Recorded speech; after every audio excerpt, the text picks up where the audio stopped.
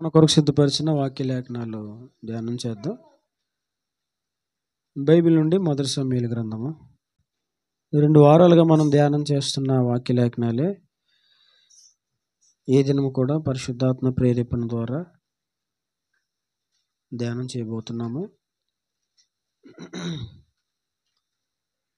మొదటి సమూయేలు గ్రంథము 16వ అధ్యాయము 18వ వచనం చదవండి. చిత్తగించుము, బెత్లెహేమీయుడైన యెషయి యొక్క కుమారులలో ఒకని చూచితిని. అతడు చమత్కారముగా వాయింపగలడు. చాలు. దేవుడి వాక్యముల ద్వారా మనతో మాట్లాడునుగాక. ఆమేన్. ఇక్కడ దావీదు గురించి రాయబడిన మాట ఏంటంటే, సౌలు సేవకులు సౌలుతో మాట్లాడుతూ, అయ్యా చిత్తగించుము, బెత్లెహేమీయుడైన యెషయి యొక్క కుమారులలో ఒకని చూచితిని. అతడు చమత్కారముగా వాయింపగలడు. దావీదు సేవకులలో ఒక సేవకుడు సౌలుతో ఏమని చెప్పాడంటే, ఇదిగో బెత్లెహేమీయుడైన యెషయి యొక్క కుమారులు ఒకని చూశాను నేను, అతడు సితారా చమత్కారముగా వాయించగలడు, అతడు నీకు బాగా పనికొస్తాడు అని దావీదు గురించి సౌలు సేవకులలో ఒక సేవకుడు మాట్లాడాడు. దావీదు ఎవరో? సితారా చమత్కారముగా వాయించగలవాడు. దావీదులో ఉన్న శ్రేష్టమైన ఆత్మీయ అనుభవాలు మనం జ్ఞాపకం చేసుకుంటూ వస్తున్నాము. ఈ దినము దేవుడు మరొకటి మనకి తెలియజేస్తుంది ఏంటంటే, అతడు సితారా చమత్కారముగా వాయించగలడు.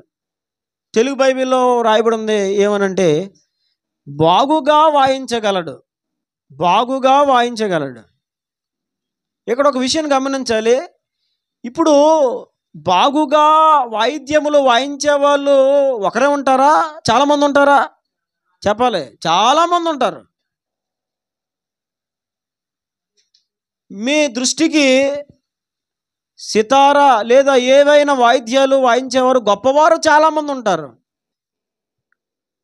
మీకు నచ్చిన బాగా వాయించే కొంతమంది మ్యూజిక్ డైరెక్టర్స్ గురించి చెప్పండి అంటే మీరు చెప్తారు. సంగీత దర్శకుల గురించి చెప్పండి అంటే పలానండి పలానండి అదండి ఇదండి అని బోల్ పేర్లు చెప్తారు. అవునా?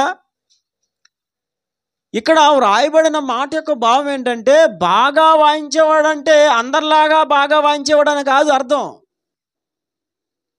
దావీదులో ఉన్న శ్రేష్టమైన లక్షణం ఏంటంటే, అందరూ బాగా వాయిస్తారు. బాగా వాయించే వాళ్ళు చాలామంది ఉన్నారు.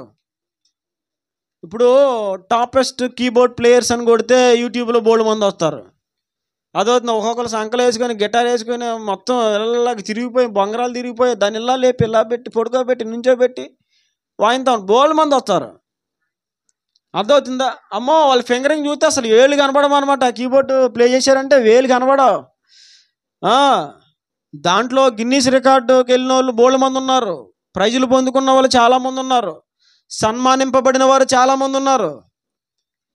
ఇప్పుడు సితారా వాయించేవాళ్ళు, బాగుగా వాయించేవాళ్ళు అక్కడ దావీదు ఒకడేనా అంటే చాలామంది ఉన్నారు వాయించేవాళ్ళు. అయితే అందరికీ దావీదుకి తేడా ఏంటంటే, అందరూ బాగా వాయిస్తారు, దావీదు కూడా బాగా వాయిస్తాడు. అయితే బాగా వాయించడంలో దావీదుకున్న అనుభవం ఏంటంటే, చూడండి అదే అధ్యాయం 23వ వచనం. దేవుని యొద్ద నుండి దురాత్మ వచ్చి సౌలును పట్టినప్పుడల్లా దావీదు సితారా చేత పట్టుకొని వాయింపగా, ఇది సంగతి, దురాత్మ అతనిని విడిచి పోయాను. అందరూ వాయిస్తారు, కానీ దావీదు వాయిస్తే ఏం పోతాయి? చెప్పాలి, ఏం పోతాయి? డంటన్నక్కర అని కొడతా ఉంటే వీడు కొట్టివాడు ఊగుతాడు, ఈలోపు ఇంకొక ఆమె ఎవరో బయలుదేరుతుంది. ఆమె ఎలా అంటుంది ఇప్పుడు? అవునా? అక్కడ ఈదులో వెళ్తూ ఉంటే ఇక్కడ సిగ్నల్ అందేద్ది లోపల ఉన్న వాళ్ళకి. అక్కడ కొంతమంది ఉంటారండి బాబా, కొంతమంది లేడీస్ ఉంటారా. ఒక ఆయన చెప్పాడు, మా ఆవిడండి ఇంట్లో ఉండేదండి, బయట ఏమో డప్పులను పడేసారి ఇంట్లో ఊగిపోయేదంట. అక్కడ వంట దగ్గర ఉంటే ఇంకా వంట పెంట వదిలేసి పారిపోవడం ఇంక వెనకాల వెళ్ళిపోయిందంట. అలాగే వెనకాల డప్పులనగా వెళ్ళిపోయిందంట. అర్థమైందా? దావీదు చమత్కారముగా వాయించేవాడు అంటే ఏంటి చెప్పనా? బాగా వాయించడమే కాదు, దావీదు దైవికంగా వాయించేవాడు. అది పాయింట్ అక్కడ. దావీదు వాయిస్తే దురాత్మలు పారిపోతాయి, దురాత్మలు రావా? అవునా? కొంతమంది బోర్లు వస్తే పాములు వస్తాయి, తెలుసా మీకు? మనం చూసాం కదండి చిన్నప్పుడు సర్కస్లోని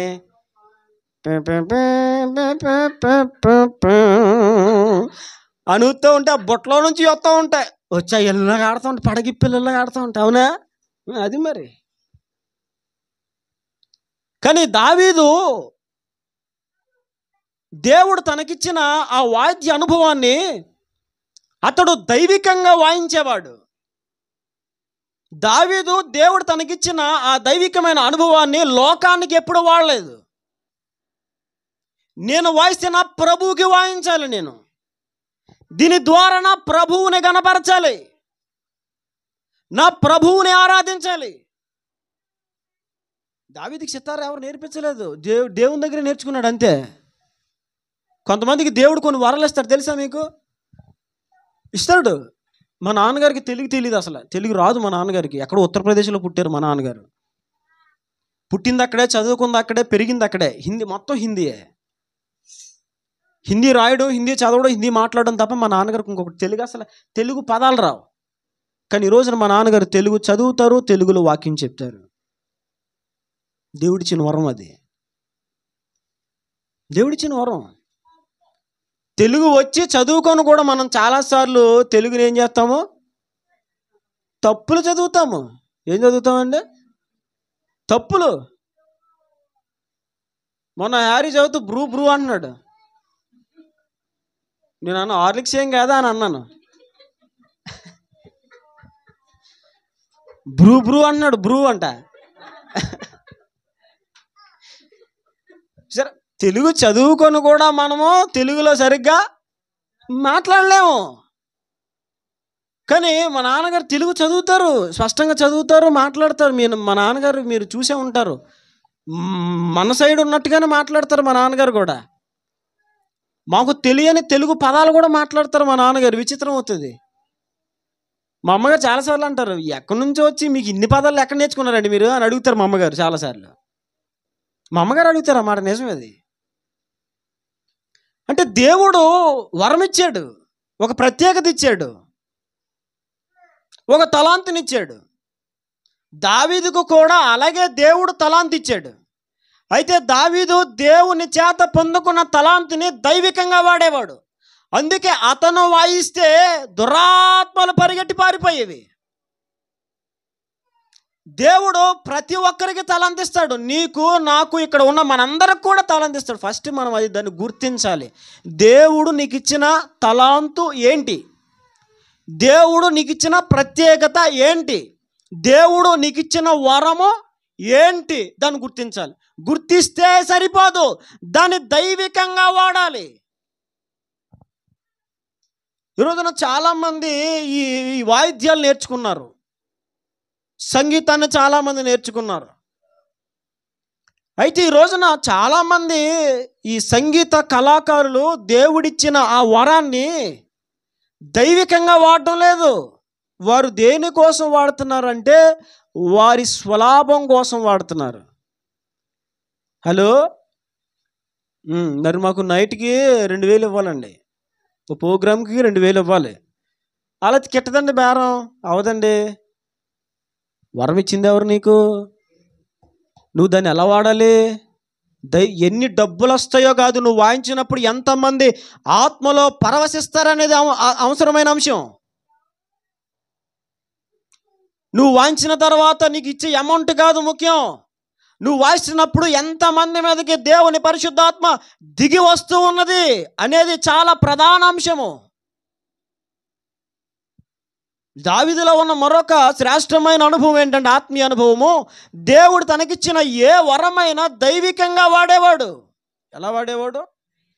మరొక చోట బైబిల్లో రాయబడి ఉంటుంది, దావీదు తన ప్రజలకు రాజు అయిన తర్వాత తన ప్రజలను నీతి న్యాయములతో పరిపాలించాడు. ఎలా పరిపాలించాడు? దేవుడు ఒక స్థితినిచ్చాడు.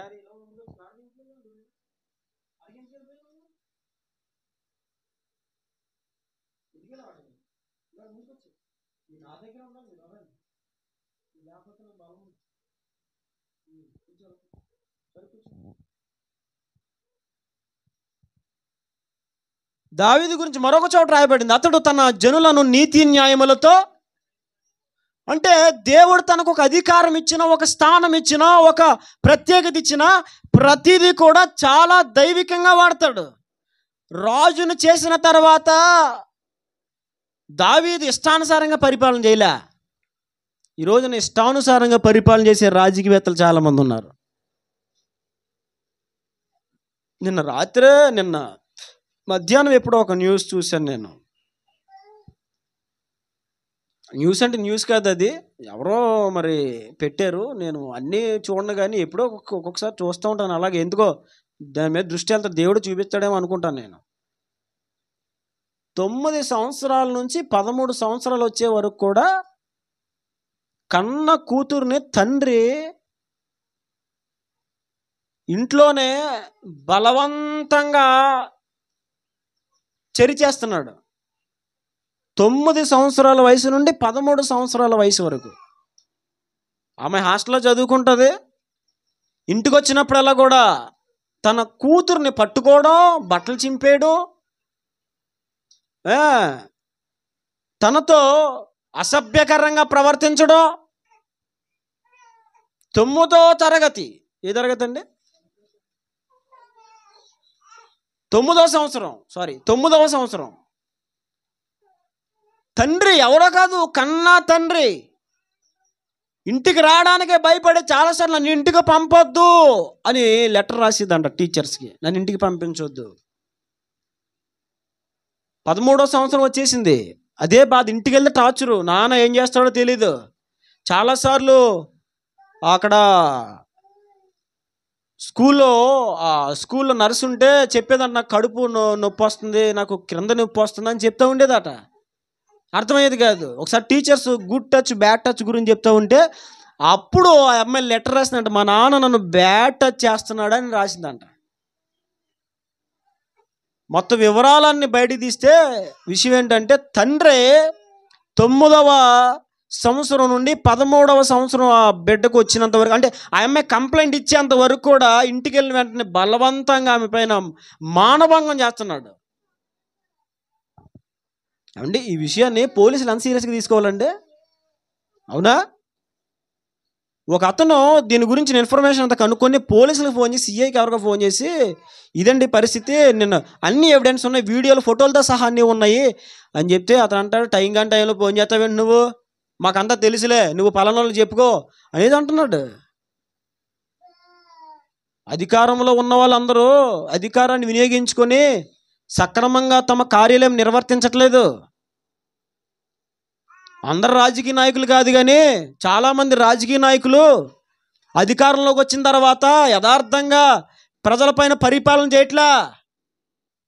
కులాన్ని నూరు పోస్తున్నారు, మతాన్ని నూరు పోస్తున్నారు, వారి భావాలు నూరు పోసుకుంటున్నారు, వారి భక్తిని నూరు పోస్తున్నారు. రాజకీయంలో వారి కులాలని, వాళ్ళ భావాలను హైలైట్ చేసుకుంటున్నారు. లేరా? ఆ మధ్యలో ఎక్కడండి అది, మణిపూర్లో క్రైస్తవుల మీద విపరీతమైన దాడి జరిగితే ఏ ఒక్క అధికారి మాట్లాడాడు? ఆ రోజు ఎవడైనా మాట్లాడా? చెప్పండి. మీకు అండగా ఉంటాం,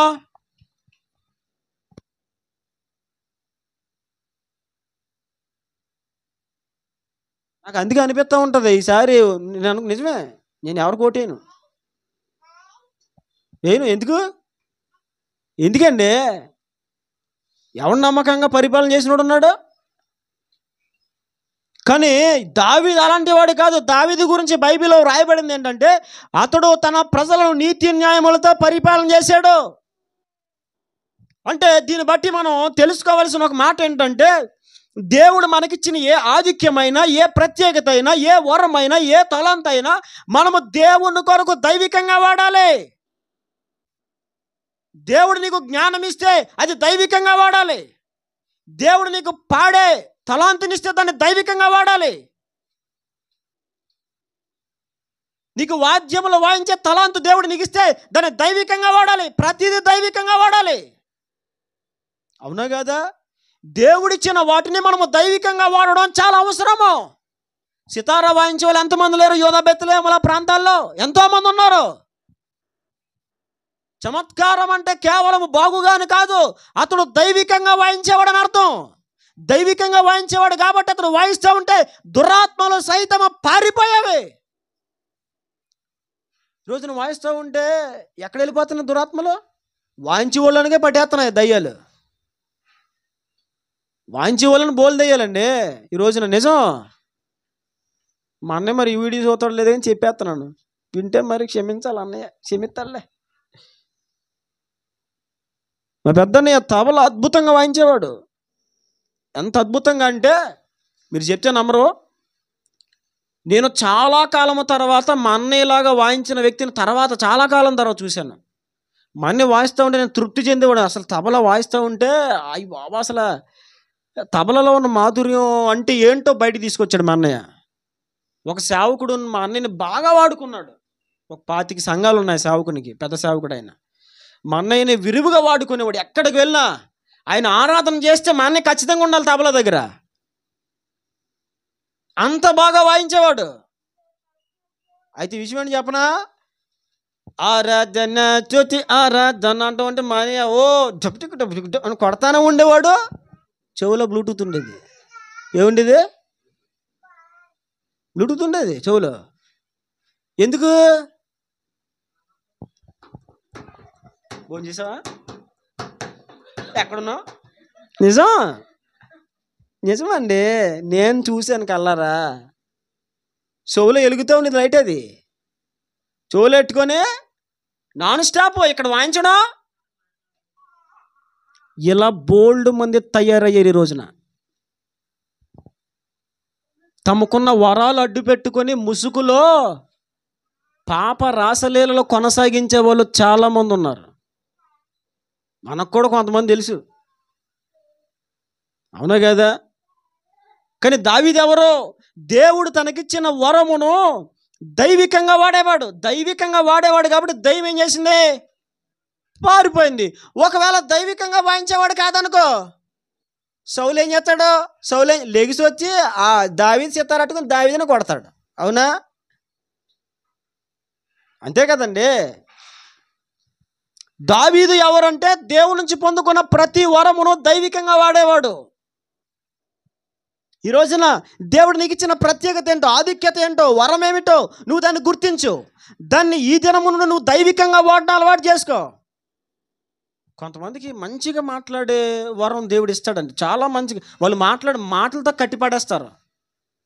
కొంతమంది భలే కవితలు రాస్తారు. ఏంటది?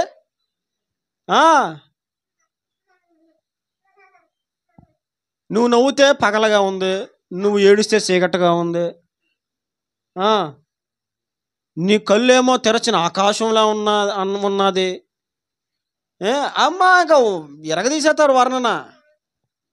చాలామందికి దేవుడు అలా వరం ఇచ్చాడు. కొన్ని ప్రత్యేకమైన మంచి మంచి పదాలు రాసే, ఆ పదము కలిపి రాసే మంచి ఆ ప్రాస లిపి దేవుడిచ్చాడు. దాన్ని ఏం చేయాలా? దైవికంగా వాడాలి, దేవుని కొరకు రాయాలి. అలాంటి ప్రేమను గూర్చిన వివరణలు, ప్రేమను వర్ణించే పదాలతో కూడినటువంటి లేఖలు దేవుని కొరకు రాయాలి. ఇలా దేవుడు ఏదిచ్చినా మనము దానిని దైవికంగా వాడుకోవాలి. బైబిల్లో మనకు తెలుసు సంసోన్. దేవుడు సంసోనికి గొప్ప అభిషేకముతో కూడుకున్న బలాన్ని ఇచ్చాడు. ఆత్మాభిషేకం అతని మీదకి దిగగానే సంసోను తన ముందు ఎంతమంది నిలబడిన ప్రతి ఒక్కరిని కూడా హతమార్చేస్తాడు. అతని చేతిలో ఏమీ లేకపోయినా సంసోను చూస్తేనే ఫిలిష్తీయుల గుండెల్లో దడ కలుగుతూ ఉండేది. అయితే దేవుడిచ్చిన బలాన్ని సంసోను దేనికోసం వాడుతూ వచ్చాడు? రండి, న్యాయాధిపతుల గ్రంథము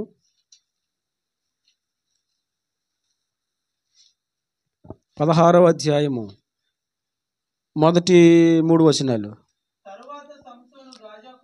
తరువాత సంసోను గాజాకు వెళ్ళి వేశ్యనొకతను చూచి ఆమె వద్ద చేరెను. సంసోను అక్కడికి వచ్చానని గాజా వారికి తెలిసినప్పుడు వారు మాటు పెట్టి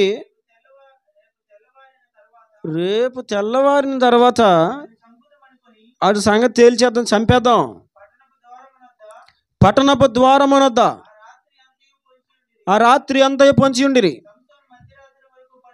సంసోను మధ్యరాత్రి వరకు పండుకొని మధ్యరాత్రి లేచి పట్టణపు తలుపులను వాటి 2 ద్వారబంధములను పట్టుకొని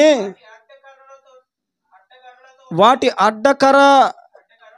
అడ్డకర్రతోటి వాటిని ఓడబెరికి తన భుజముల మీద పెట్టుకొని హెబ్రోనుకు ఎదురుగానున్న కొండ కొనకు వాటిని తీసుకొని పోయాను. దేవుడు సంసోనికి బలం ఇస్తే సంసోన్ ఏం చేశాడు? దేవుడు తనకిచ్చిన బలమును పాపము చేసి ఆ పాపము నుండి తప్పించుకోవడం కొరకు వాడాడు. ఆ పట్టణపు గాజా పట్టణపు ప్రజలు పట్టణపు ద్వారబంధములు మూసివేసి అక్కడ కాపలా కాసి వీడిని చంపేయాలి అని వారందరూ కాసుకొని కూర్చుంటే అర్ధరాత్రి వేళ వేశ్య దగ్గర నుంచి లేచి వచ్చినటువంటి సంసోను ఆ పట్టణపు ద్వారబంధములు అడ్డగడిలతో సహా ఓడబెరికి భుజం మీద పెట్టుకొని హెబ్రోనుకు ఎదురుగానున్న కొండ కొనకు మోసుకొని పోయాడు. ఏమంటే ఈ ఇంటి ద్వారబంధం మనం మోయగలమా? ఈ ఇంటి ద్వారబంధం ఇదే, పోనీ ఇది చిన్నదే, మోయగలరా? ఇదంతా సెట్ ఇలా తీసి మీ భుజమే పెడితే మోయగలరా? అక్కడ వరకు, ఎక్కడ వరకు? ఇదేంటి చాట్ బండి ఉంటుంది కదా, అక్కడ దాకా పట్టుకెళ్తారా? చెప్పాలి. ఎక్కడ అట్టుకెళ్తారు మీరెందుకు? నేను అట్టుకెళ్ళలేను. అవునా? మన వల్ల అవదు. కానీ పట్టణపు ద్వారబంధములు అంటే ఆనాటి పట్టణం ఎంత, ఆ ప్రాకారములు ఎంత, ఆ ప్రాకారములతో ఏర్పాటు చేయబడిన ఆ ప్రాకారాలకు ఏర్పాటు చేయబడిన ద్వారబంధం ఎంత? ఆ ద్వారబంధమును ఓడబెరికి భుజం మీద పెట్టుకొని హెబ్రోనుకు ఎదురుగానున్న కొండ కొనకు, అంటే కొండెక్కేసాడు పట్టుకొని. ఎంత బలం అండి, ఎంత బలం! పునాదులతో సహా కింద దిగుకున్న బాదులతో సహా ఓడ బెరికేశాడంతే సంసోను భుజం. అసలు ఎందుకు ఇచ్చాడు దేవుడు బలం? సంసోనికి దేవుడు ఎందుకు ఇచ్చాడు బలం చెప్పాలి.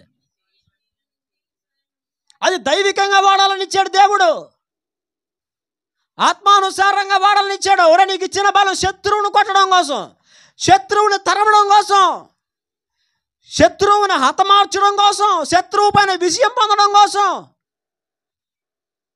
కానీ దావీదు తన జీవితంలో దేవుని ద్వారా పొందుకున్న ఆ బలమును పాపము చేసి పాపము నుండి తప్పించుకోవడం కోసం వాడుతున్నాడు. ఈ రోజున ఒక విషయం నేను ప్రార్థన చేస్తున్నప్పుడు దేవుడు నాతో మాట్లాడుతూ వస్తున్నారు. ఈ రోజున దేవుడిచ్చిన ఆ ప్రత్యేకతలు దైవికంగా వాడటమే కాదు, లోక సంబంధమైన ప్రత్యేకతలు తీసుకొచ్చి దైవికంగా మార్చడానికి కూడా చూస్తున్నారు. దేవుడు నాతో మాట్లాడారు.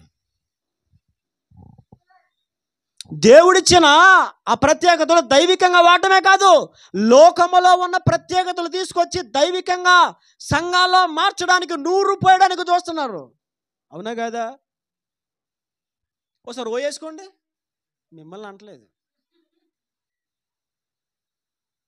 ఓ వేసుకోండి అన్నది ఎక్కడిదే? లోకంలో. అవునా? ఒకసారి ఓ వేసుకోండి అంటే అందరూ ఏమంటారా చెప్పాలి? ఓ అంటారు. అవునా? నేను కొన్ని చోట చూశానండి, ప్రార్థనలో అయ్యగారు, పాస్టర్ గారు ఒకసారి ఓ వేసుకోండి అంటున్నాడు. ఓ వేసుకోవాలా? పిచ్చి వేసాల సంఘాల్లోనే. అంటే ఏంటి? లోక సంబంధమైన విషయాలు సంఘంలో దైవికంగా మార్చాలని చూస్తున్నారు. ఇలా చెప్పుకుంటూ పోతే చాలా ఉన్నాయి. అవునా? లోక సంబంధమైన విషయాలు దైవికంగా ఎవరైనా మార్చగలరా? అసలు మార్చొచ్చా? లోక సంబంధమైన విషయాలు నువ్వు దైవికంగా ఎలా మార్చగలవు? ఎలా మారుస్తావు? అసలు దైవికమైన విషయాలే దైవికంగా వాడకపోతే దేవుడు ఊరుకోడు కదా. మరి లోక సంబంధమైన విషయాలు దైవికంగా మార్చాలనుకుంటే ఎంత శాపం అది! దేవుని ఉగ్రత భయంకరంగా రగులుకుంటుంది. లోకములో ఉన్న విషయాలు దైవికమని చెప్పి వాటిని దైవికంగా మార్చేవారు లేకపోలా. మీకు చాలాసార్లు చెప్తూ ఉంటాను లోక సంబంధమైన విషయాలు ఏంటో. మళ్ళీ ప్రత్యేకించి వాటి కోసం నేను చెప్పను. మీకు కూడా తెలుసు, దేవునితో మీరు సహవాసం చేస్తున్నప్పుడు ఏవి దైవ సంబంధమైన విషయాలు, ఏవి లోక సంబంధమైన విషయాలు మీకు కూడా అర్థమవుతూ ఉంటుంది. ఈ రోజున విచారకరమైన విషయం, ఇంకా క్రైస్తవులు ఒక అడుగు ముందుకేసి బరి తెగించి భయపడకుండా లోక సంబంధమైన విషయాలు దైవికమైన విషయాలుగా మారుస్తున్నారు. చాలా పొరపాటు అది, చాలా పొరపాటు. కాబట్టి గమనించాలి మనం.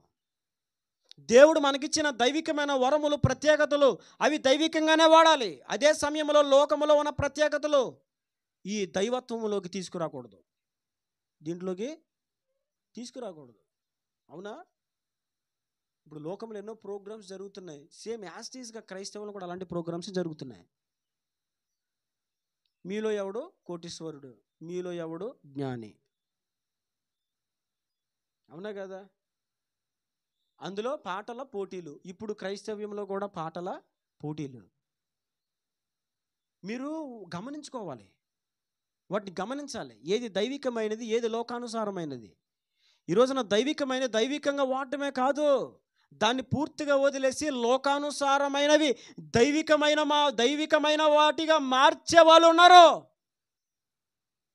మంగళసూత్రం తీసుకొచ్చి బైబిల్లో పెట్టి ప్రార్థన చేస్తున్నారండి. మంగళసూత్రం తీసుకొచ్చి దేంట్లో పెట్టి ప్రార్థన చేస్తున్నారు? ఇప్పుడు మనకు తెలియనప్పుడు చేసాం, అది వదిలేండి, మన గతం వదిలేండి. అసలు దాని చరిత్ర ఏంటో మనకు తెలుసు, అది మనకు సంబంధించింది కాదు. కానీ దాన్ని దైవికంగా చేసి బైబిల్లో పెట్టి దానికి మళ్ళీ దైవికమైన ప్రార్థన. దేనికి ప్రార్థన? దానికి దైవికమైన ప్రార్థన. మీరు ఆలోచించాలి, ఏవి దైవికమైనవిగా చేస్తున్నారు ఈ రోజున? లోకానుసారమైనవేవో దైవికమైనవేవో మనము చాలా క్షుణ్ణంగా తేటగా పరిశీలన చెయ్యాలి, తెలుసుకోవాలి. కానీ దావీదు దేవుడు తనకిచ్చిన వరమును దైవికంగా వాడాడు. దావీదు దేవుడు తనకిచ్చిన అధికారాన్ని దైవికంగా వాడుకున్నాడు. తన ప్రజలను నీతి న్యాయములతో పరిపాలన చేశాడు. అన్యాయం చేయాలి ఎవరికి? తన ప్రజల కొరకు ప్రాణం పెట్టాడు, తన ప్రజల కొరకు ప్రయాసపడ్డాడు దావీదు. తన ప్రజలకు ఒక ప్రాకారంగా నిలిచాడు, మోసం చేయలే. దావీదు దగ్గర మేము మోసపోయామన్న వాళ్ళు ఎవరు లేరు. తన జీవితంలో జరిగిన ఒక పొరపాటు తప్ప దావీదు ద్వారా నష్టపోయిన వారు మరి ఎవరు కూడా లేరు. అంటే దావీదు ఎవరు? దేవుడు తనకిచ్చిన ప్రతి ఆధిక్యతను, తలాంతులను, వరమును, ప్రత్యేకతలను దైవికముగా వాడేవాడు. సంసోను జీవితం మనం గమనిస్తే దేవుడిచ్చిన బలాన్ని దైవికంగా వాడాడా? చెప్పాలి, వాడాడా? వాడలా. బలాన్ని ఏం చేస్తున్నాడు? ఆ బలాన్ని పనికి మారిన పనుల కోసం వాడుతున్నాడు. ఆ ద్వారబంధములు ఓడబెరికి దాన్ని భుజం మీద పెట్టుకుని హెబ్రోను కొండ కొనకు మోసుకొని పోయాడు. దైవికంగా వాడట్లా. అరే దేవుడు నాకు ఎందుకు ఇచ్చాడు బలం? ఈ రోజున నువ్వు గుర్తించాలి, దేవుడు నీకు ఏమి ఇచ్చాడు? నీకు తెలుసా? దేవుడు నీకు ప్రార్థించే వరం ఇచ్చాడు తెలుసా? నీకు కన్నీరు కార్చి ప్రార్థన చేసే కన్నీటి ప్రార్థన అనుభవాన్ని దేవుడు నీకు ఇచ్చాడు తెలుసా నీకు? అయితే నువ్వు దాన్ని దేనికోసం వాడుతున్నావో? దైవికంగా వాడుతున్నావా? దైవికంగా వాడటం అంటే ఏంటి? దేవుడు నీకు ఇచ్చిన కన్నీటి ప్రార్థన అనుభవం ఆత్మల రక్షణ కొరకే వాడాలి, కుటుంబ సభ్యుల రక్షణ కొరకే వాడాలి, సంఘ క్షేమాభివృద్ధి కొరకే వాడాలి, మారు మనసు లేని ప్రజల కొరకే వాడాలి దైవికమైన దేవుడు నీకు ఇచ్చిన వరాన్ని. కానీ ఈరోజు నువ్వు వాడుతున్నారా? చాలామంది దేవుడిచ్చిన వరాలను గుర్తించని వారుగా ఉన్నారు. గుర్తిస్తున్నారండి? చెప్పాలి, గుర్తిస్తున్నారా? అబ్బాయి లేదు. దేవుడు నీకు చక్కగా పాడే ఆ వరం ఇచ్చాడు, మరి నువ్వేం చేయాలి? దాన్ని చెప్పాలి, దైవికంగా వాడాలి. ఎలా వాడాలి? దాన్ని దైవికంగా వాడాలి, లోకానుసారంగా కాదు. లోకంలో పాడి మేము ఎంత బాగా ఎలా పాడాం, ఏం పాడాం అంటారు. ఓ నేస్తమా ఈ శుభవార్త తెలియునా, నిన్ను ప్రేమించేవాడొకడున్నాడని వాస్తవం తెలియునా, నిన్ను రక్షించువాడు యేసయ్యేననే సత్యం తెలియునా. ఓ నేస్తమా ఈ శుభవార్త తెలియునా. ఈ పాట ఉంది కదా, ఈ పాట యథార్థంగా జరిగిన సంఘటనే. ఆయన చెప్పారు, ఒక కుటుంబం అంతా భయంకరమైన అప్పుల పాలైపోయి వారు దేవుని ఎరిగినోళ్ళు కాదు, దేవుని ఎరుగని వారు అప్పుల పాలైపోయి మనం అందరం చచ్చిపోదామని చెప్పి కేక్ తెచ్చుకొని విషం దగ్గర పెట్టుకొని కేక్ కట్ చేసుకొని తినేసి విషం తాగేసి అందరం చచ్చిపోదాం, ఈ అప్పులతో మనం బ్రతకలేమని అనుకొని వాళ్ళు కేక్ తెచ్చుకొని దగ్గర పెట్టుకుని అందరూ ఏడుస్తూ దాన్ని కట్ చేసుకొని తింటూ ఇక తాగేద్దాము మందు అంటే ఈ మందు కాదు, పురుగుల మందు సంథింగ్ ఏదో తాగేద్దాము అనుకొని రెడీ పడిపోతే అందరూ ఏడుస్తున్నారంట, బాటిల్స్ పట్టుకొని ఆ విషం పట్టుకుని ఏడుస్తున్నారు. అప్పుడు ఎక్కడో ఒక చర్చి మీద వినబడుతుందంట పాట, ఈ పాటే, ఓ నేస్తమ్మా ఈ శుభవార్త తెలియనా, నిన్ను ప్రేమించేవాడు ఒకడున్నాడనే వాస్తవం తెలియనా, నిన్ను రక్షించువాడు యేసయ్యేననే సత్యము తెలియనా. ఈ పాట వారి చెవిన పడగానే కుటుంబం అంతా కలిసి ఎక్కడ శబ్దం వినబడుతుందో, ఎక్కడి నుంచి ఆ శబ్దం వచ్చిందో వీళ్ళందరూ బయలుదేరి ఆ మందిరం దగ్గరికి వెళ్ళి, అయ్యా అది ఆ పాట ఎవరు, ఆ మాట ఎవరిది, ఎవరు రక్షించేది ఎవరు, బ్రతికించేది ఎవరు, ప్రేమించేది ఎవరు, ఎప్పులను బట్టి మమ్మల్ని అందరూ చీ అంటున్నారు, అందరూ వదిలేశారు, రక్షించబడే మార్గాలు మాకు లేవు అని దైవ సేవకుని దగ్గరకు వస్తే దైవ సేవకుడు ప్రార్థన చేసి, ఏం కాదు మీరు అలాంటి పనులు చేయకండి, దేవుడు మీ జీవితంలో కార్యాలు చేస్తాడు అని చెప్పి ప్రార్థన చేసి పంపించాడు. అలాగా కుటుంబం రక్షించబడింది. దేవుడిచ్చిన ఆ యొక్క తలాంతులు ప్రత్యేకతలు దేవుని కొరకు వాడినప్పుడు దైవికపరమైన కార్యాలు జరుగుతాయి. తిప్పర్లో నాకు తెలిసిన ఒక అన్నయ్య ఉండేవారు, ఇప్పటికీ ఉన్నారు, ఆయన ఆటో డ్రైవింగ్ చేస్తాడు అన్నయ్య. ఆయన పేరు యెహోషువ సంథింగ్ ఏదో ఉంది, ఎలీషా అనుకుంటా, ఎలీషా ఏదో పేరు. ఆ అన్నయ్య నాకు గుర్తు పేరు జ్ఞాపకం లేదు. ఆ అన్నయ్యకి బాల్యము నుండి ఒక ప్రాబ్లం ఉండేది. ఆ ప్రాబ్లం ఏంటంటే యూరిన్లో నుండి బ్లడ్ పడుతూ ఉండేది, యూరిన్లో నుండి బ్లడ్. అది చిన్నప్పటి నుంచి అలా జరుగుతాను, ఎన్ని మందులు వాడినా ఎన్ని హాస్పిటల్ తిరిగినా యూరిన్లో నుంచి బ్లడ్ ఖచ్చితంగా పడతానే ఉండేది. చాలాసార్లు చాలా కుమిలిపోయి ఉండే, అరే ఇలా ఉంటే నాకు పెళ్ళి ఎలా అవుతుంది, ఇలా ఉంటే నా ఆరోగ్యం ఏంటి, ఇలా ఉంటే నా పరిస్థితి ఏంటి అని అలా కుమిలిపోతూ లోపల మదన పడిపోతూ, పెళ్లి చేసుకోవడానికి లేదు, బ్రతకడానికి లేదు, శరీరంలో ఆరోగ్యం లేదు, బ్లడ్ పోతా ఉంది, కొన్ని సంవత్సరాల తరబడి రక్తం పోతా ఉంది యూరిన్లో నుంచి, కొన్ని సంవత్సరాలు. యథార్థంగా జరిగింది, మా ఊర్లోనే ఎక్కడో కాదు, యథార్థంగా జరిగిన సంఘటన ఇది. ఒకరోజు ఆరు బయట మంచం వేసుకొని పడుకున్నాడంట. పడుకొని బాధపడుతున్నా, నా బతుకు ఇంకింతే, నా బతుకు బాగుపడదు, నా రోగం పోదు, నా జీవితం ఇంతే, ఎవరికి ఉపయోగపడని జీవితం, ఏ పనికి పనికిరాని జీవితం నాది, దౌర్భాగ్యకరమైన జీవితం, ఎవరు అంగీకరించలేని జీవితం, ఎవరికి ఉపయోగపడలేని జీవితం, నా జీవితం ఇంతే అని మంచం మీద పడుకుని ఏడుస్తున్నాడంట వ్యక్తి. యథార్థంగా చెప్తే విన్నాం మేము, ఈ చెవులారా విన్నాను నేను ఆ సాక్ష్యాన్ని.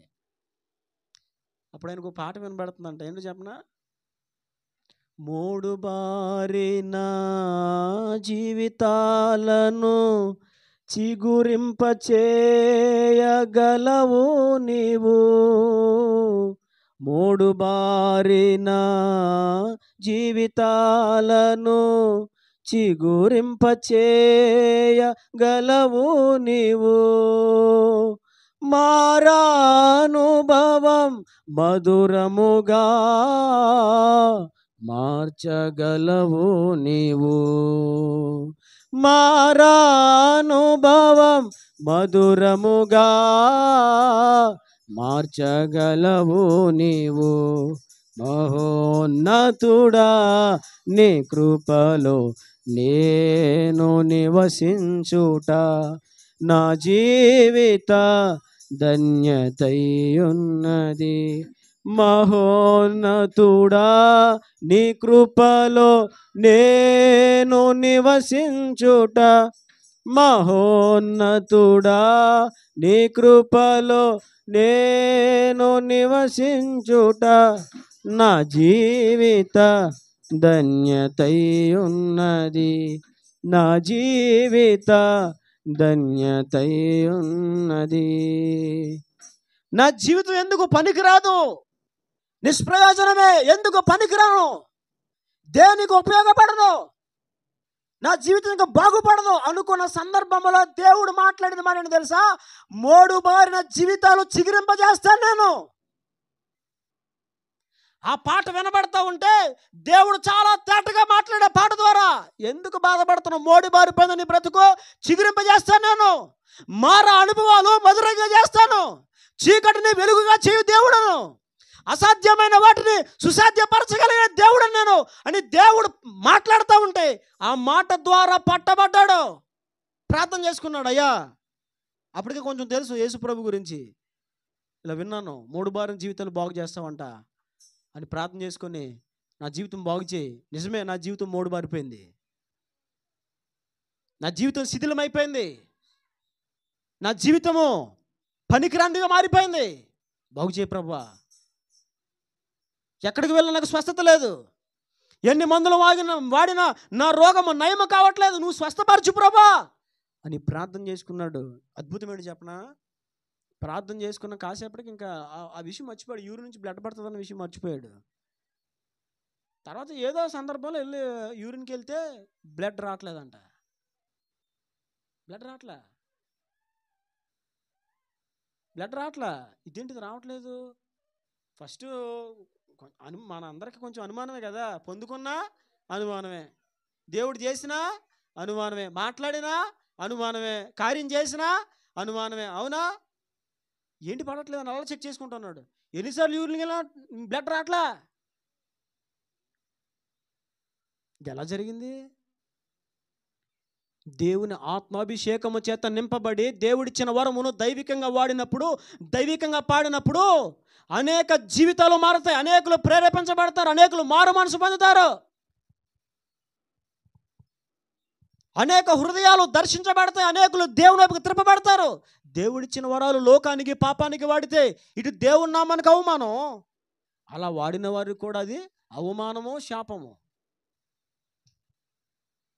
అవునా కదా? కానీ దావీదు తన జీవితంలో దేవుడిచ్చిన ఆ వరాన్ని దైవికంగా వాడేవాడు. దైవికంగా సితార వాయించాడా, దురాత్మలు పారిపోతాయి. మనం కూడా అంతే. ఒక వాయిద్యం వాయించినా, పాట పాడినా అనేకులు పట్టబడాలి. నువ్వు పాడిన పాట ప్రతి ఒక్కరి హృదయంలో ప్రతిధ్వనించాలి. అది ఒక మార్పును కలిగించాలి. నువ్వు పాడుట ద్వారా ఆరాధన చేయడం నేర్చుకోవాలి. ఈ రోజున 2 తెలుగు రాష్ట్రాల్లో బాగా ఆరాధన చేయడం ఎవరి ద్వారా నేర్చుకున్నారు? ఒక సేవకుని ద్వారా నేర్చుకున్నారు చాలామంది. పేరు చెప్పడం నాకు ఇష్టం లేదు. ఒకప్పుడు ఆరాధన చేయడం అంటే ఆరాధన చేయలేదని కాదు, ఎలా కూడా చేయొచ్చు అని నేర్పించాడు ఆయన, దేవుని ఆత్మ ప్రేరేపణ ద్వారా. ఒకప్పుడు దావీదు అలాగే ఆరాధన చేసేవాడు. దావీదు అని కీర్తనలే కదా. కీర్తనలో శత్రువు ఉండగానే, ఇంటి చుట్టూ శత్రువు ఉండగానే ఇంట్లో కూర్చొని కీర్తన రాసేసేవాడు. అరణ్యములో గుహల్లో ఉంటే సౌలు వచ్చి చుట్టుముట్టేస్తే అరణ్యములో గుహలో ఉండే కీర్తన రాసేవాడు. దేవా అని రాసేవాడు అంతే. కీర్తనలో ఆరాధన అంటే దేవుడు వారికి ఇచ్చిన వరాలు దైవికంగా వాడిన వాళ్ళు. సంసోను జీవితం మనం చూస్తాం. దేవుడిచ్చిన వరాన్ని దైవికంగా వాడకపోవడం వలన చివరికి 2 కళ్ళు కూడా పీకేశారు. అక్కడ తాగాడు, అప్పుడు ద్వారబంధాలు పీక్కుని వచ్చేసాడు. హెబ్రోను కొనక మోసుకుపోయాడు. కుదురుకుండొచ్చు కదా. మళ్ళీ సోకోల్లోకి వెళ్ళి అక్కడ ఇంకొక ఢిల్లీలో దగ్గరికి చేరాడు. ఈమె మహా డేంజర్ క్యాండిడేట్. ఈమె ఏం చేస్తుంది? ఈమె ఏడితే సాధించేస్తుంది. ఏం చేస్తుంది ఈవిడే? నువ్వు నన్ను ప్రేమిస్తున్నానని చెప్తున్నావు కానీ నువ్వు నన్ను ఇంతమందుకు ప్రేమించలేదు అనేది అంతే. అయ్యగారు కూలైపోయా, నీకు ఎందుకు అలా చేయి ఎలా చేయని మెల్లగా చెప్పుకొచ్చేస్తున్నాడు. నెమ్మదిగా దగ్గరకు వచ్చేసాడు. చివరికి నా జడలు 7 వల్లిన ఎడలా అని తలకాడికి వచ్చేసాడు. ముందన్నాడు, కొత్తగా పేరిన ఆ తాళ్లతో నన్ను బంధిస్తే నా బలమంతా పోతుంది చెప్పుకొని కొన్ని వచ్చాడు. స్టెప్పులు చెప్పుకుంటే నెత్తికాడికి వచ్చేసాడు. ఇక ఆమె ఏడుపుకి అయ్యగారు ఇక ఇసుకుపోయి చావగోరే, అవ్వో నువ్వు నన్ను బతకనివ్వో అని చెప్పి మొత్తం రహస్యం అంతా చెప్పేశాడు. అసలు అంతవరకు ఎందుకు పోయావు? దేవుడు ఎందుకు ఇచ్చాడు నీకు బలం? ఈరోజు దేవుడు నీకు ఏమి ఇచ్చాడు గుర్తించు. కొన్నిసార్లు నువ్వు ప్రార్థన చేస్తే దేవుడు కొన్ని స్వస్థత కార్యాలు, విడుదల కార్యాలు దేవుడు చేశాడు. అంటే దేవుడు నీకు ఏమి ఇచ్చాడు? ఇచ్చాడు. నువ్వు అది గుర్తించలేదు నువ్వు. ఏదో అప్పుడు జరిగిందండి, అందుకే నేను ఇలా ఉండిపోతున్నావు. అప్పుడు జరిగింది కాదు. దాన్ని నువ్వు ఏం చేయాలంటే ఇంకా దాన్ని సాధకం చేయాలి, దాన్ని కాపాడుకోవాలి, దైవికంగా దాన్ని నువ్వు కాపాడుకోవాలి. దేవుడిచ్చిన ప్రతి ఆ ప్రత్యేకతను, అనుభవాన్ని, వరాన్ని నువ్వు దైవికంగా వాడినప్పుడు దైవ కార్యాలు జరుగుతాయి. దావీదు అలాగే ప్రతి వరమును దైవికంగా వాడేవాడు. మనం సంసోన్ జీవితం చూస్తాం, అతడు దైవికంగా వాడినాడు కాడు. అదేవిధంగా సొలొమోను చూస్తాం. జ్ఞాపకం చేసేస్తున్నాను కొన్ని విషయాలు మీకు తెలిసినాయి కాబట్టి. సొలొమోను దేవుడు తనకి ఏమి ఇచ్చాడు చెప్పండి? జ్ఞానం. ప్రభా, నేను బాలుడను, నీ ప్రజలు అనేకములుగా ఉన్నారు, వారిని పరిపాలించడానికి బుద్ధి సరిపోదు, నాకు వివేకము సరిపోదు, నాకు బుద్ధి వివేకములు దయచేయి అని ప్రార్థన చేస్తే దేవుడు ప్రత్యక్షమై, అబ్బాయి ఏం కోరావు నా కొడుక, తీసుకో, బుద్ధి జ్ఞానములే కాదు సర్వ సంపదల ఐశ్వర్యం నీకు ఇస్తానని తీసుకో అన్నాడు దేవుడు. గొప్ప జ్ఞానాన్ని దేవుడు సొలొమోనుకి ఇచ్చాడు. కానీ జ్ఞానం ఇస్తే సొలొమోను ఏం చేశాడు? 700 భార్యలు, 300 మంది ఉపపత్నులు. అయిపోయింది. జ్ఞానమిత్తి ఏం చేశాడు?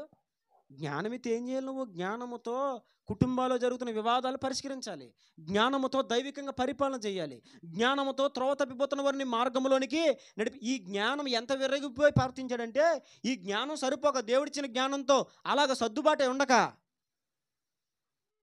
మందు తాగితే కిక్ ఎలా ఉంటుందని చెప్పి మందు కూడా తెప్పించుకు తాగాడు. బైబిల్లో ఉంది, ప్రసంగి గ్రంథంలో చదవండి మీరు. మందు తాగితే అసలు ఆ ఫీల్ ఎలా ఉంటుందో చూడాలనంట. ఏం తాగాడు? మందు తాగాడు. జ్ఞానం ఎత్తి ఏం చేశాడండి? ఆ జ్ఞానాన్ని లోకానుసారంగా వాడాడు. 700 మంది భార్యలు, 300 మంది ఉపపత్నులు, వీళ్ళందరిని ఎలా సంపాదించాడు? ఊరికి వచ్చేస్తారా? అయ్యగారు మాట్లాడాడంటే ఇంకంతే, వేసాడా, టార్గెట్ పెట్టాడా? వరం, కొంతమందికి వరం. కొంతమంది చెప్తూ ఉంటారు. ఒక అయ్యగారు చెప్పారు నాకు, బెదర చెప్పనులే, పేర్లే చెప్పనులే. అయ్యగారు అంట రైల్వే స్టేషన్లో సూపులతో చూసి,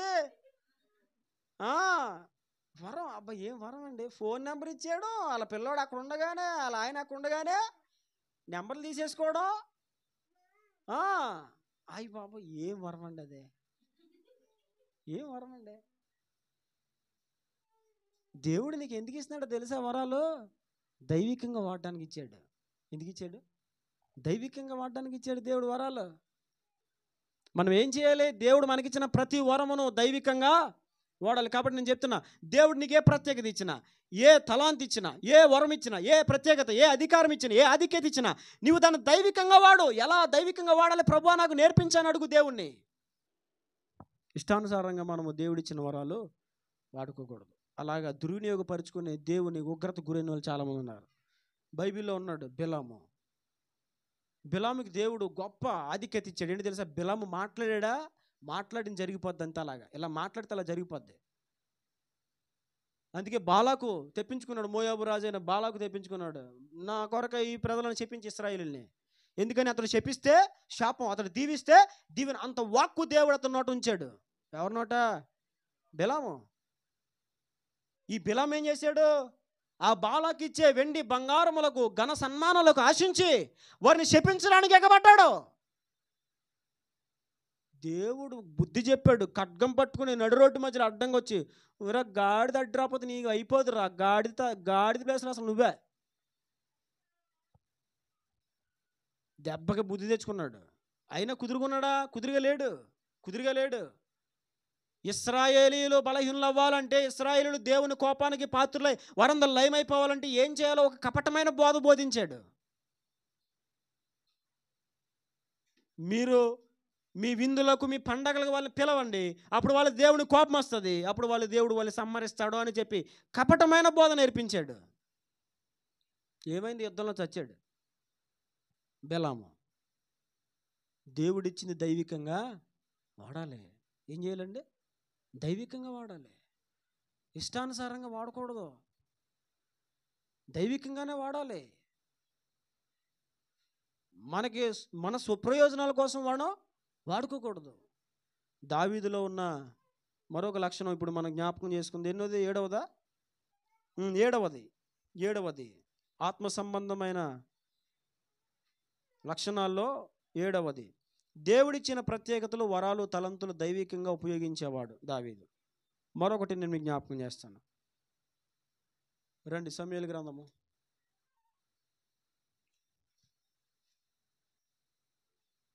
18వ అధ్యాయం. మొదటి సమూయేలు 18.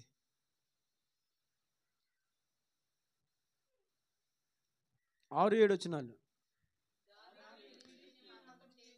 దావీదు ఫిలిష్తీయుని హతము చేసి తిరిగి వచ్చినప్పుడు స్త్రీలు ఇశ్రాయేలీయుల ఊళ్ళన్నిటిలో నుండి తంబూరలతోనూ సంభ్రములతోనూ వాయిద్యములతోనూ పాడుచు నాట్యమాడుచు రాజైన సౌలును వచ్చిరి. ఆ స్త్రీలు రాజైన సౌలుని ఎదుర్కోవడానికి వచ్చి వీళ్ళు ఏం చేశారు? గాన ప్రతిగానములు చేయించుచు వాయించుచు సౌలు వేల కొలదియు దావీదు 10,000 కొలదియు శత్రువులను హతము చేసిరనిరి. ఆ మాటలు సౌలునకు ఇంపుగా ఉండనందున అతడు బహుకోపము తెచ్చుకొని వారు దావీదునకు 10,000 కొలది అనియు నాకు 1,000 కొలది అనియు స్తుతులు పాడిరే. రాజ్యము తప్ప మరి ఏమి అతడు తీసుకొనగలడను అనుకొనెను. కాబట్టి నాట నుండి సౌలు దావీదు మీద విషపు చూపు నిలిపాను. చాలు.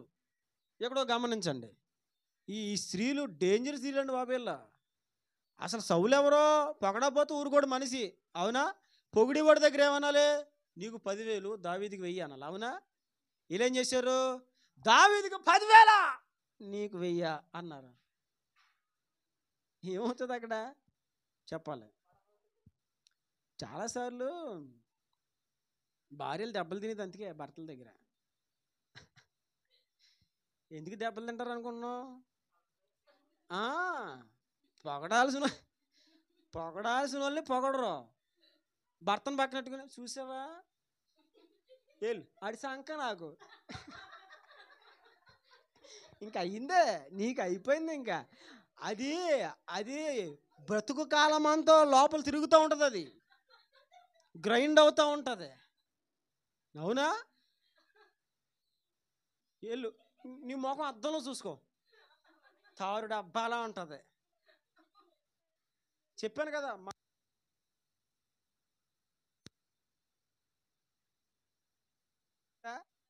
నల్లకడ్డి ఎవరో మా తాతి గారు. అసలు ఆ మాటలు వింటే ఎలా ఉంటుందండి? ఈ స్త్రీలు ఎవరిని ఎదుర్కోవడానికి వెళ్తున్నారు? సౌలుని ఎదుర్కోవడానికి వెళ్తున్నారు. సౌలు ఎదుర్కోవడానికి వెళ్ళినప్పుడు దావీదు గురించి అక్కడ ఎందుకు నీకు? మనం పాడితే పాడావు, సౌలుతో పాటు దావీదుకి 1,000 స్తుతులు అంటే బాగున్నాను, అవునా? ఇలా ఏం చేశారు? నీకు 1,000 స్తుతులు స్తుతులు స్తుతులు, నీకు 1,000 స్తుతులు, స్తుతులు స్తుతులు స్తుతులు, దావీదుకి 10,000 స్తుతులు అన్నారు. అంత ఎక్కేసింది అయ్యగారికి. నాట నుండి సౌలు దావీదుని విషచూపు చూడటం మొదలుపెట్టాడు. ఇక్కడ ఒక విషయం గమనించండి, దావీదు అక్కడ అసలు స్పందించలా దావీదు. కానీ ఆ మాట సౌలు దృష్టికి ఇంపుగా అనిపించలా. ఎలా అనిపించలా? ఇంపుగా అనిపించలా. ఎందుకని? సౌలు పొగడ్తలు కోరుకుంటాడు, పొగడ్తలు కోరుకునేవాడు, పొగడాలి సౌల్ని. కానీ దావీదు తన జీవితంలో పొగడ్తలు ఎప్పుడు కోరుకోడు. ఏం చేయడు? దావీదులో నుంచి నువ్వు నేర్చుకోవాల్సిన ఆత్మీయ లక్ష్యం ఏంటి చెప్పనా? పొగడ్తలు కోరుకోక ఎప్పుడు. నువ్వు ఇది నేర్చుకో. ఈరోజు నువ్వు నేర్చుకోవాల్సిన చాలా ప్రాముఖ్యమైన విషయం ఇది. పొగడ్తలు కోరుకోకు. పొగడ్తలకు అలవాటు పడ్డావు అనుకో, రేపొద్దు నిందలు తట్టుకోలేవు, వ్యతిరేకతలు తట్టుకోలేవు. అర్థమవుతుందా? బైబిల్లో ప్రభు చాలా చక్కని మాట మాట్లాడుతూ వచ్చారు. చూడండి, లూకా సువార్త 6వ అధ్యాయము 26వ వచనం. లూకా సువార్త 6వ అధ్యాయము 26వ వచనం. మనుషులందరూ మిమ్మల్ని కొనియాడినప్పుడు మీకు శ్రమ, చాలు, ప్రభు ఏమని చెప్తున్నారు? మనుషులు మిమ్మల్ని కొనియాడినప్పుడు మీకు శ్రమ. మనుషులు మనల్ని కొనియాడితే మనకేమిటంట? శ్రమ అండి. గద్దింపు నీకు మేలు చేస్తుంది, పొగడతా నిన్ను ప్రమాదంలో పడేస్తుంది. ఇది గుర్తుపెట్టుకోవాలి. మీ జీవితంలో ఒకవేళ ఇప్పటి వరకు పొగడ్తలు కోరుకున్నారేమో, పొగడ్తలు అవసరంలా. ఒకవేళ ఎవరైనా పొగిడితే ఇది దేవుని కృప అండి, ఇది దేవుని కృప అండి అని ఊరుకోవాలంతే. ఒకవేళ పొగిడారని చెప్పి నీ హృదయంలో నువ్వు ఆనందించావనుకో, తృప్తి చెందావనుకో, భయపడలేదనుకో, అమ్మో చాలా డేంజర్ అది. ఆ రోజే మొదలైంది. ఆ రోజే. ఏ రోజు? అతనిని ఇతనికి మించి పొగడలేదని సౌలు ఆనాటి నుంచి అక్కడ రాయబడి ఉంది చూడండి 9వ వచనంలో. నాట నుండి సౌలు దావీదు మీద విషచూపు ఆ రోజు నుండే. ఎప్పుడైతే పొగడ్తలు తనకు రాలేదో, స్త్రీలు దావీదునే పొగిడారు అనే విషయాన్ని అతను విన్నాడు, నాట నుండి దావీదు మీద విషచూపు చూడడం మొదలుపెట్టాడు. నీ జీవితంలో నేను పొగిడేవారు లేరా? పొగడట్లేదా? అసలు పొగడతలు నువ్వు కోరుకోకు, పొగడాలని అనుకోకు, అసలు అది వదిలేసుకో. గద్దింపులకు అలవాటు పడిపో, తిట్లకు అలవాటు పడిపో. నిన్ను ఎవరైనా తిడితే ఏమనుకోవాలి నువ్వు? నన్ను తిట్టేశారండి, నన్ను తిట్టేసి కాదు, నన్ను కావది ఎవడ తిడతారా అనుకోవాలా. ఏమనుకోవాలి? నన్ను కాకపోతే ఎవరిని తిడతారా? అది మనకు ఉండకూడదు. పొగడతలు అసలు మనం కోరుకోకూడదు. మరి పలానా తల్లిగారు చాలా మంచి తల్లిగారు, మరి అది ఇది ఆ టూట్ అని ఎలా ఎక్కిచ్చేస్తే అమ్మగారు ఇంకా అయ్యగారు ఏం చేద్దాం చెప్పండి అంటారు. ఇప్పుడు ఎందుకని? పొగిడారు కదా. అయ్యగారు మరి మన బ్రదర్ అలాగా చేశారు, మరి బ్రదర్ అంటే ఈయన వచ్చేసి అయ్యగారండి నేను ఇంక ఏదైనా చేద్దాం అనుకుంటున్నానండి. ఎందుకని? అయ్యగారు అలవాటు పడిపోయాడు దానికి. కాదు, పొగడ్తలను బట్టి పొగిడిపోయే, హెచ్చించుకొని ఆనందించే ఆ స్వభావం అసలు మనకు ఉండకూడదు. అసలు పొగడ్తలు పట్టించుకోకూడదు. యేసన్ గారి గురించి నేను విన్నాను ఒక మాట, ఎవరైనా ఆయన దగ్గర పొగిడితే సైతాన పో అని కూడా అంట ఆయన. యేసన్ గారు నిజం, ఎవరైనా పొగిడితే సైతాన పో అని కూడా అంట ఆయన. పొగిడితే ఎవడైనా అర్థమవుతుందా? పెద్ద పెద్ద సేవకులు అంతే, అసలు పొగడ్తలుగా వాళ్ళు ఇష్టపడేవాళ్ళు కాదు. నేను ఒకసారి సేవకుల మీటింగ్కి వెళ్ళాను వైజాగ్లో. సేవకుల మీటింగ్కి వెళ్తే అక్కడికి ఒక మంచి సేవకులు వచ్చారు. హెచ్చరించి గద్దించే సేవకుడు ఆయన, పవర్ఫుల్ మ్యాన్ ఆఫ్ గాడ్. ఆయన వస్తే ఆయన కూర్చోబెట్టి ఆయన గురించి ఏదో చెప్పబోయారు. చెప్పబోతే ఈయన ఏమన్నాడు తెలుసా? మీరు నా కోసం చెప్పడం ఆపుతారని వెళ్ళిపోమంటారు అన్నాడు. నా కోసం చెప్పడం ఆపుతారని వెళ్ళిపోమంటారు అన్నాడు. నాకు తెలుసు మీరు అందుకనే ఫస్ట్ వచ్చి ఇక్కడ కూర్చుని పోయాను అన్నాడు ఆయన. మీకు అలాంటి అవకాశం ఇవ్వకూడదు, నేను వచ్చి ఇక్కడ కూర్చుని పోయాను అన్నాడు ఆయన. నిజంగా ఆత్మీయ జీవితంలో ఎదిగిన వారు కలిగి ఉండే అనుభవం ఏంటంటే వారు పొగడ్తలకు పడిపోరు, పొగడ్తలు పట్టించుకోరు. ఈ రోజున నువ్వు నిందలకు నిలబడలేకపోతున్నావంటే, నిందల్లో కృంగిపోతున్నావంటే, అవమానాల్లో కృంగిపోతున్నావంటే, కుమిలిపోతున్నావంటే, బాధపడిపోతున్నావంటే నీకు తెలియకుండానే నీవు పొగడ్తలకు అలవాటు పడిపోయావు, ఘనతకు అలవాటు పడిపోయావు. ఇతరులు మెచ్చుకోవాలని, ఇతరులు మంచిగా మాట్లాడాలని, ఇతరులు నీ గురించి పొగడాలని ఈ కోణానికి అలవాటు పడిపోయావు. అందుకే నింద వచ్చినప్పుడు, వ్యతిరేకత వచ్చినప్పుడు, అవమానం వచ్చినప్పుడు, సూటిపోటి మాటలు నీ చెవిన పడినప్పుడు తట్టుకోలేకపోతున్నావు.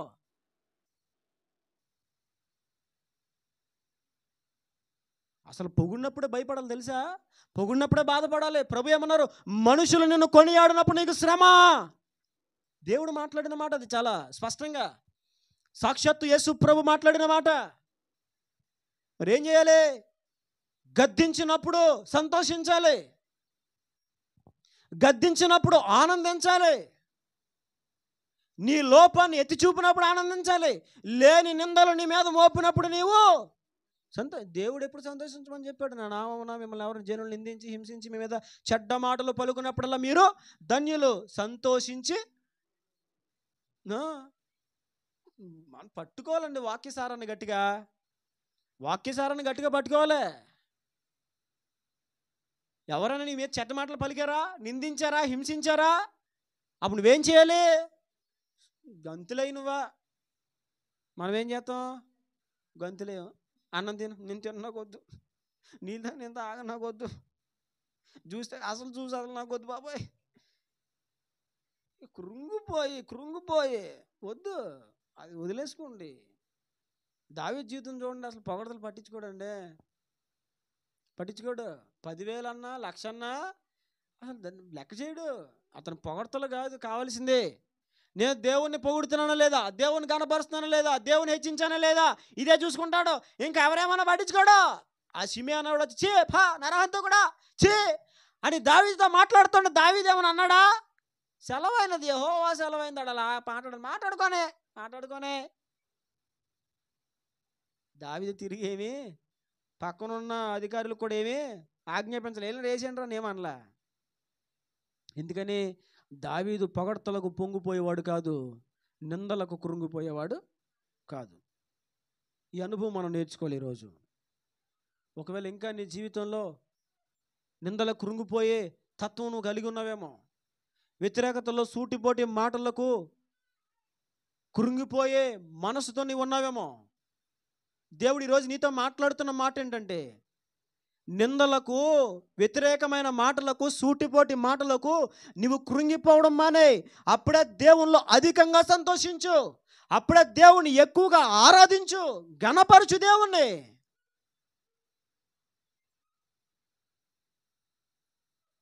దావీదు జీవితం మనం గమనించినప్పుడు అతడు పొగడతలకు ఏనాడు పొంగిపోలే. కానీ సౌలు తన జీవితంలో ఎప్పుడు మనుషుల పొగడతలు, మనుషుల ఘనతలు కోరుకునేవాడు. జనుల ఎదుట నన్ను ఘనపరిచిన దేవునికి బలర్పిద్దాం రా అని సమూయేలు పిలిచాడు సౌలు. ఎక్కడ ఘనపరిచాడంటే దేవుడు? జనుల ఎదుట ఘనపరిచాడు దేవుడు. అంటే ఏంటి తన ఉద్దేశం ఏంటి? ఎప్పుడు మనుషుల ఎదుట ఘనపరచబడాలి, మనుషుల చేత కొనియాడబడాలి, మనుషుల చేత మంచి అనిపించుకోవాలి. మీరు చాలా మంచివారండి అంటే నీకు ఎలా ఉంటుంది? నీ రెస్పాన్స్ ఎలా ఉంటుంది చెప్పు?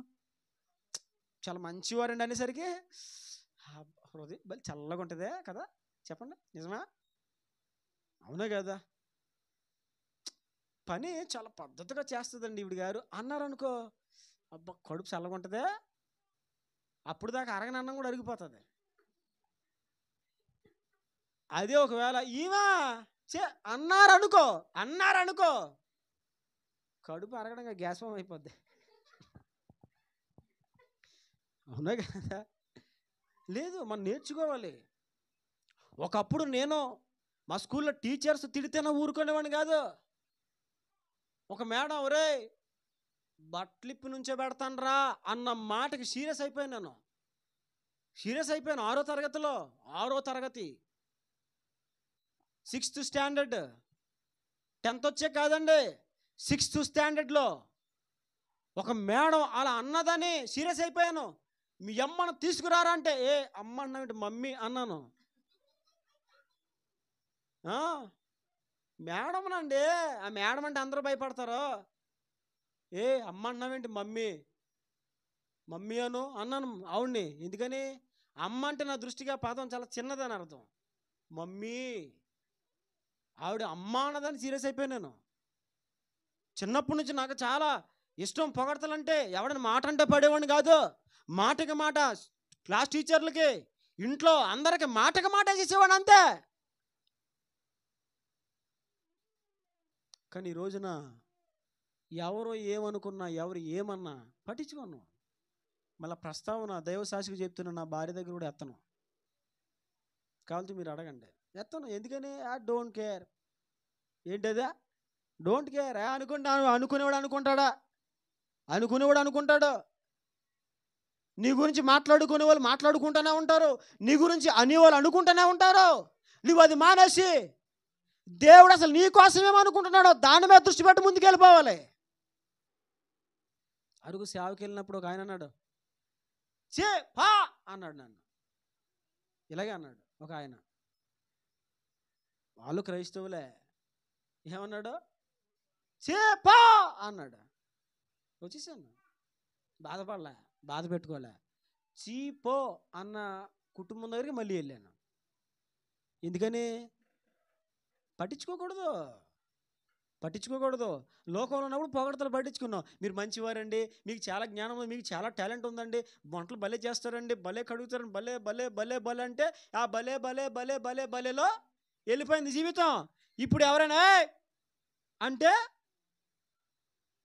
ఎవరైనా చాలులే నీ బతుకు తెలియదేంటి అన్నారనుకో, ఇంకా అంతే, నా బతుకు తెలీదా అన్నారు అంటే నేను ఏమైపోయాను? చెడిపోయానా? గుడిసెలో దూరానా? ఏమైనా చేశానా? ఏమన్నా అయ్యో ఇక చూసుకో. ఇక ఎవరైనా చిన్న మాట అన్నారంటే దానికి బోల్ రాగాలు తీస్తారు, బోల్ పాయింట్లు లాగుతారు. ఇప్పుడు అవునా? అంతేగాని సరే నువ్వు అనుకో, నువ్వేమనుకుంటావు అనుకో, నా బతుకు నీకు తెలుసు, దేవుని కూడా తెలుసు ఏంటో అనుకో, నవ్వుకుని వచ్చేయాలి. అవునా కదా? అంతేగాని నువ్వు లా పాయింట్లు లాగాల్సిన అవసరం ఏమి? నేర్చుకోవాలి. నువ్వు పొగడతలకు అలవాటు పడిపోయావు అనుకో, ఎవడైనా వ్యతిరేకమైన మాట మాట్లాడినప్పుడు నువ్వు సంతోషంగా స్వీకరించాలి. మరి ఏం చేస్తావు? గజ్జానికి కాలు దూతావు అంతేలాగా. మనం అసలు గొడవలకి కాలు దవ్వకూడదు. 10 మంది 10 రకాలుగా మాట్లాడుకుంటారు, మాట్లాడుకునేవండే. నీకు సమాధానం కావాలంటే రా, కూర్చో ఇంట్లో, మర్యాదగా సమాధానం చెప్తాను, లేకపోతే వెళ్ళిపో, డోర్లేసి అంతే. ఆడన్న మాటలకు మనం రియాక్ట్ అవ్వాల్సిన అవసరం ఏమీ లేదు. అది ఎవడైనా సరే నేను ఎవరికైనా చెప్తా, రా మాట్లాడితే రా, మర్యాద కూర్చో, ఇంట్లోకి వచ్చి మాట్లాడదురా, నీకేం కావాలో అన్నీ చూసుకుంటాను రా, సమాధానంగా మాట్లాడు, కేకలేకు, అరవకో, అరితెలిపో. ఆడితో మనకెందుకు? 10 మంది 10 రకాలుగా మాట్లాడతారు. అలాంటివి నా జీవితంలో ఎన్నో ఎదుర్కొన్నా. వైజాగ్లో ఉన్నప్పుడు కూడా ఒక ఇంటికి సువార్త చెప్పడానికి వెళ్ళాడు. ఎవడ తాగేసి, మీ పాటలు తాగితే ఎందుకు తెలియదురా, డబ్బుల కోసం వస్తారా మీరు, మీకు దశమ భాగాలు కావాలరా రా అన్నాడు నన్ను. ఇలాగే మాట్లాడాడు. ఆడు తాగేసినాడు. మరి ఏం చేస్తాడు? మీరు మోసకెళ్ళరా ఏంట్రా అంటున్నాడు. పక్కన ఆవిడ, వాళ్ళ భార్య కాదు ఆవిడ, ఈ మరి తేడా కుటుంబం దగ్గరికి వెళ్ళాను నేను. మరి ఏం చేస్తాం, ఏదో వాకింగ్ చెప్దామని. వాళ్ళిద్దరు ఉంటే నేను వెళ్ళాను మధ్యలోకి, డిస్టర్బెన్స్ చేయడానికి అనుకుంటా. నేను వచ్చేస్తా ఉంటే కంగారు బాబు అయ్యి బాబు ఏమనుకోకు బాబు అంటుంది ఆవిడ. నేను అన్నాను, మాకు ఇవన్నీ అలవాట్లేమ్మా, నువ్వు వెళ్ళు, నువ్వు ప్రశాంతంగా ఉండి ఫస్ట్ ఏం పట్టించుకోవాలి వెళ్ళు అని చెప్పేసి వచ్చేసాను. నేను నా భార్య వెళ్తే గదిలో నుంచి కేకలేసాడు, బయట రోడ్డు మీద కనపడ్డా కేకలు. నా భార్య కూడా సాక్షి దానికి. ఎప్పుడు మళ్ళీ దాని గురించి చేసుకోవాలి. ఆడెలా అన్నాడు, ఎలా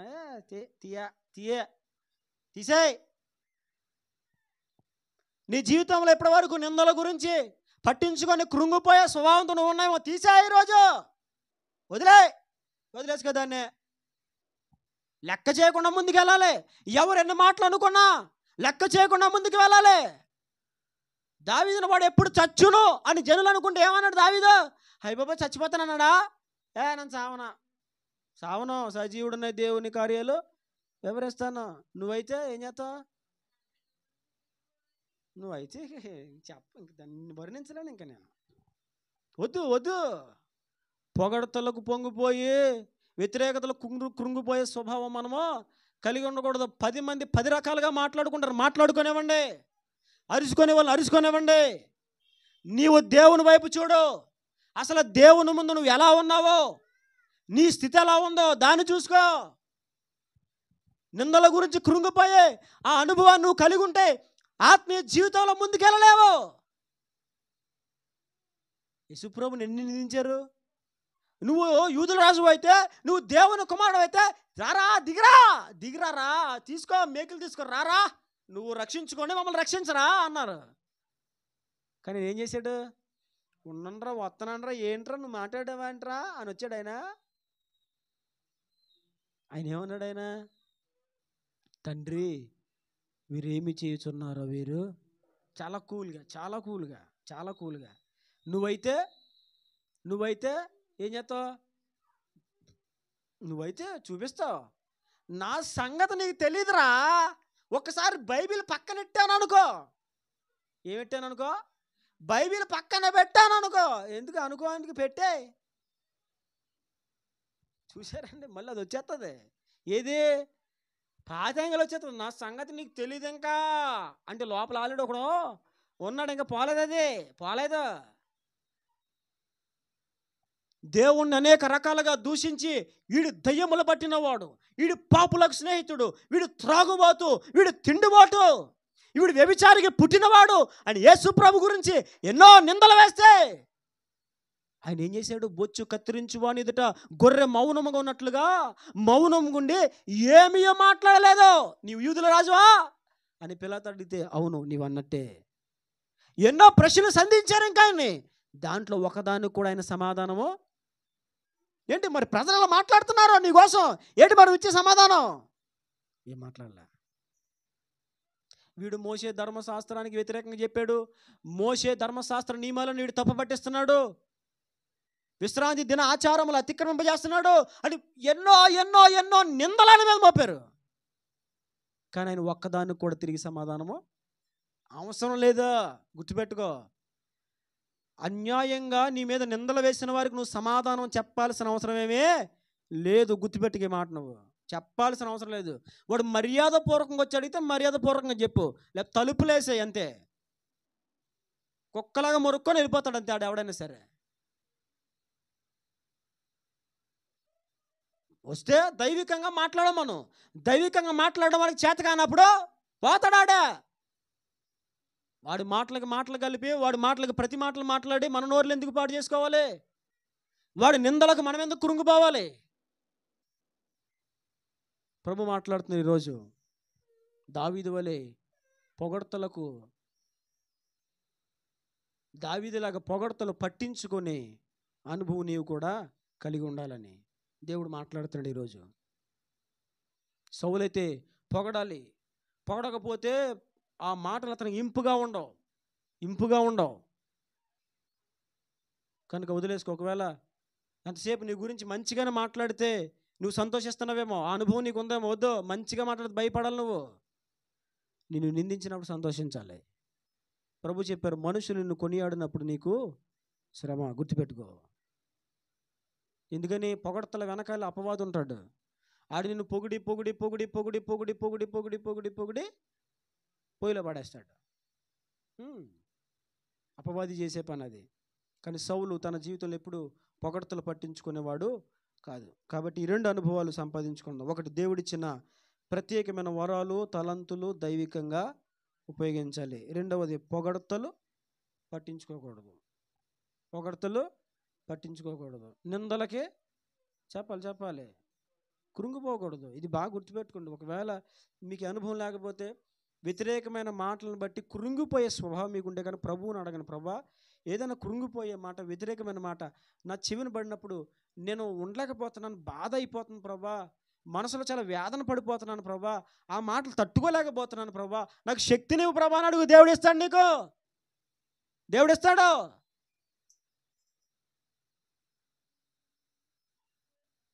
ఒకప్పుడు మాటకి మాట మాట్లాడేవాడు నేను, కానీ ఇప్పుడు మానేసుకున్నాను. ఎందుకని? అవసరంలే. వాడు రేగుతున్న వాడితో తలపడి సమాధానం ఇవ్వాల్సిన అవసరం ఏమీ లేదు. లేనిపోని మాటలు మాట్లాడుతున్నప్పుడు తిరిగి వాళ్ళకు సన్యాసి చెప్పాల్సిన అవసరం ఏమీ లేదు. సహించుకుంటే మీరు ధన్యులవుతారు. పొగడతలు పట్టించుకుంటే మనం ధన్యులం కాదు. మనుషులు మనల్ని కొనియాడినప్పుడు మనము సంతోషిస్తే మనం ధన్యులం కాదు. శ్రమ, అవమానాల్లో, నిందల్లో, వ్యతిరేకతల్లో, సూటిపోటి మాటల్లో సహించుకొని ధైర్యముతో, ఆనందముతో వాటిని మనము ఎదుర్కోగలగాలి. అప్పుడు మనం ధన్యులం. ఒక తీర్మానం చేసుకోండి, ప్రభా ఇప్పటి నుంచి వ్యతిరేకతను లెక్క చేయకూడదయ్యా, సూటిపోటి మాటలు లెక్క చేయకూడదు, లేనిపోని నిందలు నేను లెక్క చేయకూడదు ప్రభా. నేను చెప్తున్నా, నీ జీవితంలో నీ గురించి నీకు వినబడే వ్యతిరేకమైన మాట, నిన్ను గురించి మాట్లాడే అవమానకరమైన మాట కోసం బాగా గుర్తుపెట్టుకో. ఒక్క క్షణం కూడా ఆలోచించుకో. ఒక్క క్షణం ఆలోచించుకో, దాన్ని వదిలేసుకో. Don't care అనుకోవాలంతే. ఎప్పుడైతే నువ్వు అలా ఒక్క క్షణం ఆలోచించుకుని ముందుకెళ్తావో నీ జీవితంలో కార్యం చూస్తావు. ఆత్మీయ జీవితంలో ఆగిపోక ముందుకు కొనసాగుతావు. దేని కొరకు అది ఎదురు చూస్తున్నావు దాని విషయంలో దేవుడు గొప్ప కార్యాలు చేస్తాడు. కాబట్టి ఈ రెండు ఆత్మీయ అనుభవాలు మీ దృష్టిలోకి తీసుకోండి. దేవుడిచ్చిన వరాలు దైవికంగా వాడుకోండి. ఆ తర్వాత పొగడ్తలకు ఎప్పుడు కూడా పొంగిపోవద్దు, వ్యతిరేకతలకు, అవమానాలకు కృంగిపోవద్దు. ఇటు అనుభవాల కొరకే ప్రార్థన చేయండి, ప్రభుని బ్రతులాడుకోండి, తప్పక దేవుడు వాటిని మీకు దయచేస్తాడు. దేవుడి మాటలు మన వెనుకలు దీవించి ఫలింపచేయును గాక.